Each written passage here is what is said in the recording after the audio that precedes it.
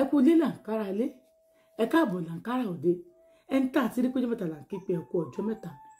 ẹ̀yin olùfẹ́ Olúwaṣeun Àkànjí ẹ káàbọ̀ sórí ètò Ògbẹ́nitán reality show níbi tá a ti ń sọ̀rọ̀ nípa ìrírí ayé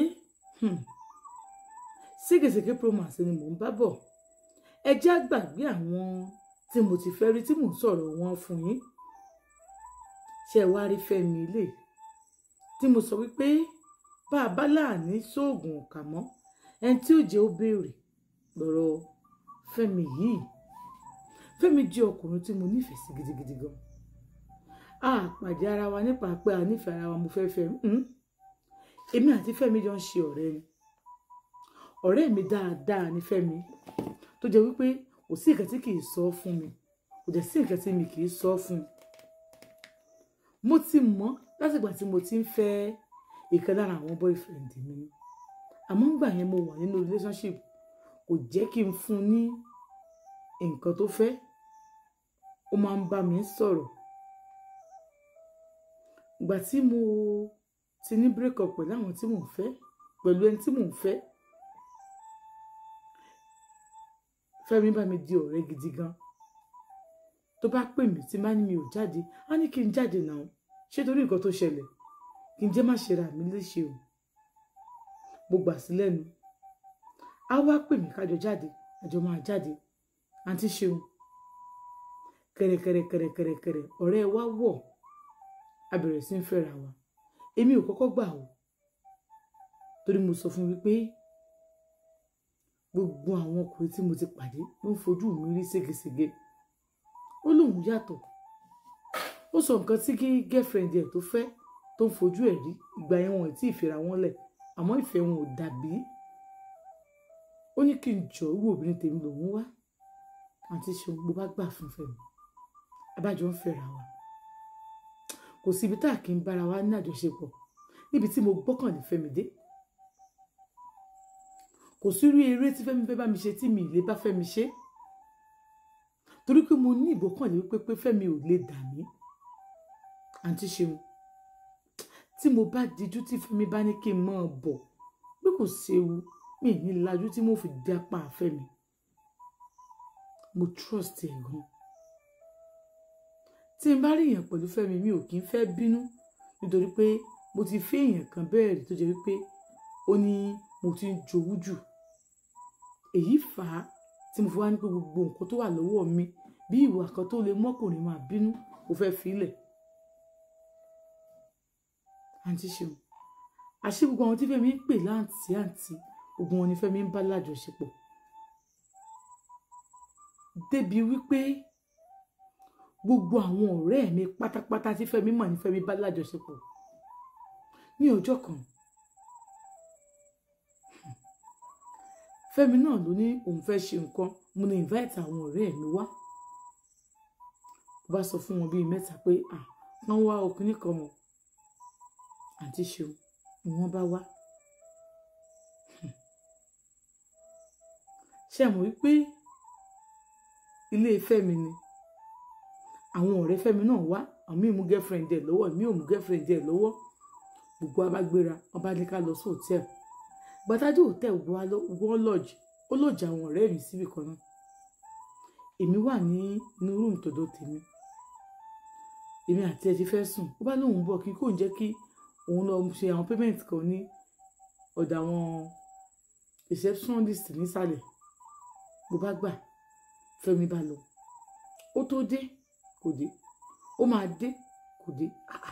ibi wà ní Fẹ́mi wà ọdún ta ló wà àǹtí Ṣeun bí Fẹ́mi ṣe confuse àwọn ọ̀rẹ́ mi ò yé mi ó confuse wọn débi pé àwọn ọ̀rẹ́ mi mẹ́tẹ̀ẹ̀ta ni Fẹ́mi bá ní àjọṣepọ̀ ní rúùmù kan náà àwọn ọ̀rẹ́ mi wọn kì í ṣe olóṣó bóyá wọ́n á ṣe side hustle mi ò mọ̀ o nǹkan tí mo ṣàmọ̀ ni wípé Fẹ́mi ò wọlé mo bá lọ gbogbo rúùmù bá lọ bẹ̀rẹ̀ lọ́wọ́ àwọn receptionist pé ẹjọ́ ó ń bọ̀ àbáyín ni mi ò dé tí ì rí kó wọlé wọ́n bá ní ta ni mo ní FM mo ní FM àṣé receptionist tó wà níbẹ̀ àṣé òun àti Fẹ́mi náà fẹ́ra wọn.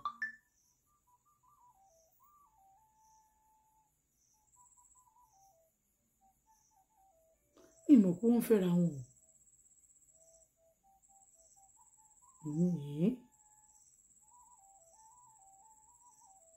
ìyẹn ló wá jẹ́ kó yé mi pé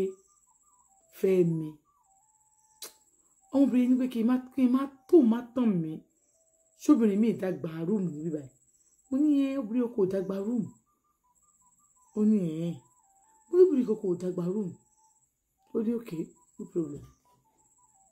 ìgbà tí mo ṣàjókòó síbẹ̀ ló bá ní ṣé mi ń fẹ́ fẹ́ mi mo ní boyfriend mi náà fiancé mi nìyẹn ó ní fiancé ẹ̀ ọ̀tọ̀ nìkan tó sọ fún òun ó sọ pé ọmọ runs girl ni ẹ́ àwọn ọjọ́ fẹ́ sọ mú ní mi runs girl yẹn sọ gbogbo ọ̀rọ̀ fún mi ó ní bí Fẹ́mi ṣe wà yẹn àwọn tí ń fẹ́ra nísìnyí kò ń ṣe 5 years mọ́ ó ní bọ̀ tó ń kọ́ lóun fẹ́ nísìnyí òun ló wà lórí relationship yẹn o tó ń bá wò pé bóyá òun ní kiri kan pé bí òun lówó kan tó fẹ́ gbà lọ́wọ́ ẹ̀ òun kọ́ bá ń sọ́dọ̀ ẹ̀ àwọn máa jọ ní nice time wọn àgbọ́dọ̀ ó lóun ò tiẹ̀ kà sí boyfriend wọn ǹjẹ́ kí ló dé ló bá rojọ́ fún mi pé cousin òun ní Fẹ́mi bá lájọṣepọ̀ ó ṣàrò gbogbo ẹjọ́ yẹn fún mi cousin ẹbí ti báwo ó ní àwọn jọ lọ síbẹ̀ ni ó lóun sùn sórí bẹ́ẹ̀dì cousin sùn sùn nígbà yẹn Fẹ́mi ò tí ì gbà tó gbà tó ń gbé yẹn o òun wà lórí bẹ́ẹ̀dì èrú ló ń gbé ńgbà yẹn face man face to but nínú yẹn tí bá débẹ̀ pé ó ṣe dáadáa pé òun wà lórí bẹ́ẹ̀dì cousin wà lẹ́lẹ̀ tó sùn pé káwọn jọ lọ síbẹ̀ o kíní kan àwọn dẹ́jọ sùn bẹ́ẹ̀dì òun dẹ̀gàn òun dẹ̀ sùn kó máa bọ̀ pé ṣe tó bá ti sùn ti àwọn máa bẹ̀rẹ̀ báwọn ara wọn lájọṣepọ̀ ó ní ṣé mo mọ̀ pé ṣé mo mọ̀ wípé Fẹ́mi dẹ̀ ń fọwọ́ ra cousin òun sálẹ̀ ó dẹ̀ ń fọwọ́ ra ó ń kọ́ ọ̀bọ̀ lójú ara ó ń ṣe gbogbo ẹ̀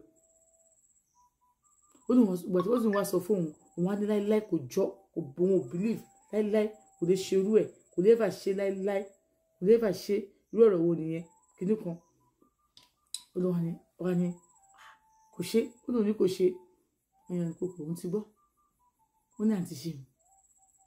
ọjọ́ tí ìyẹn lè tán bára wọn lájọṣepọ̀ ìyẹn record ó ṣe fídíò wọ́n jọ ṣeré wọ́n jọ ṣe gbogbo ẹ̀ wá sẹ́ǹdẹ̀ sóhun ìyẹn wá blọọkì òun pé látẹ̀yìn lọ àwọn ò kì í ṣọ̀rẹ́ mọ́ òun ó níbi cousin òun ni o pọ̀ ọ̀rẹ́ òun ni wọ́n ní kò sẹ́ni tí ò lè bá lájọṣepọ̀ ó ní òun very sure pé obìnrin kan dàgbà rúùmù ní àwọn obìnrin kò dàgbà rúùmù pé àwọn obìnrin mẹ́ta ni wọ́n dá sùn ó ní mo ṣàmọ̀ pé ó ní òkè èlé lóní mo ní kí ni ká lọ síbẹ̀ tí tó bá Fẹ́mi ní ọ̀dọ̀ àwọn girls yẹn tọ́jọ́ wà ń bẹ̀ ó ní màá fún wọn ní 20,000 ó ní bọ̀tá bàbá Fẹ́mi ń bẹ̀ ó ní wà fún 20,000 ó ní àmọ́ òun fi ẹ̀mí òun ta ibẹ̀ ní Fẹ́mi wà irú ọ̀rọ̀ wo nìyẹn àti ṣé èmi ò mọ rúùmù yẹn òun náà ló mọ̀ Fẹ́mi ló gba rúùmù fún kálukú ní kí tiẹ̀ gbàtà máa débẹ̀ tó máa kọ̀lẹ̀kùn ó ní tó ń bá lọ ó ní kò ní ṣílẹ̀kùn ó ní Fẹ́mi ò ní ṣílẹ̀kùn ó ní bọ̀t ibẹ̀ ló wà ní ibẹ̀ ló wà tí ó ní ibẹ̀ ló wà sí ó ní kí lọ mú fóònù mi wá máa mú fóònù mi ó ní kí iṣẹ́ máa pe nọ́mbà yẹn bá pe nọ́mbà yẹn ó bá rìn níbẹ̀ lóòótọ́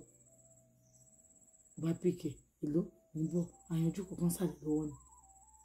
ni má wò lè yanjú nǹkan kan ẹnu ọ̀nà ni mo wà kó wá sílẹ̀kùn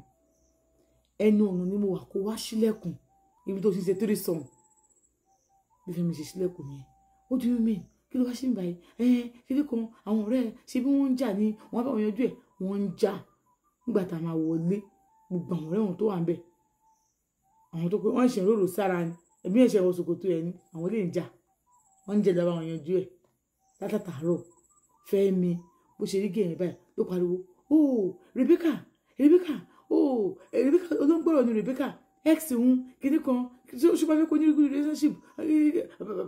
mo ní Fẹ́mi bí èèyàn bá ní ìròyìn ṣoògùn ká ẹni tó máa jẹ́ máa béèrè adúrú gbogbo òṣì tó ń ṣe tí mò ń wú ẹ̀rín lè tó wá ṣe yìí ó kọjá bẹ́ẹ̀ mo fún ìsànkàn ní mi pé ṣé ìgbà ní ace boyfriend ẹni kó bá sọ̀rọ̀ ṣáwọn náà wá bá ní ọ̀rẹ́ boyfriend àwọn Fẹ́mi ṣá ó yọ lọ.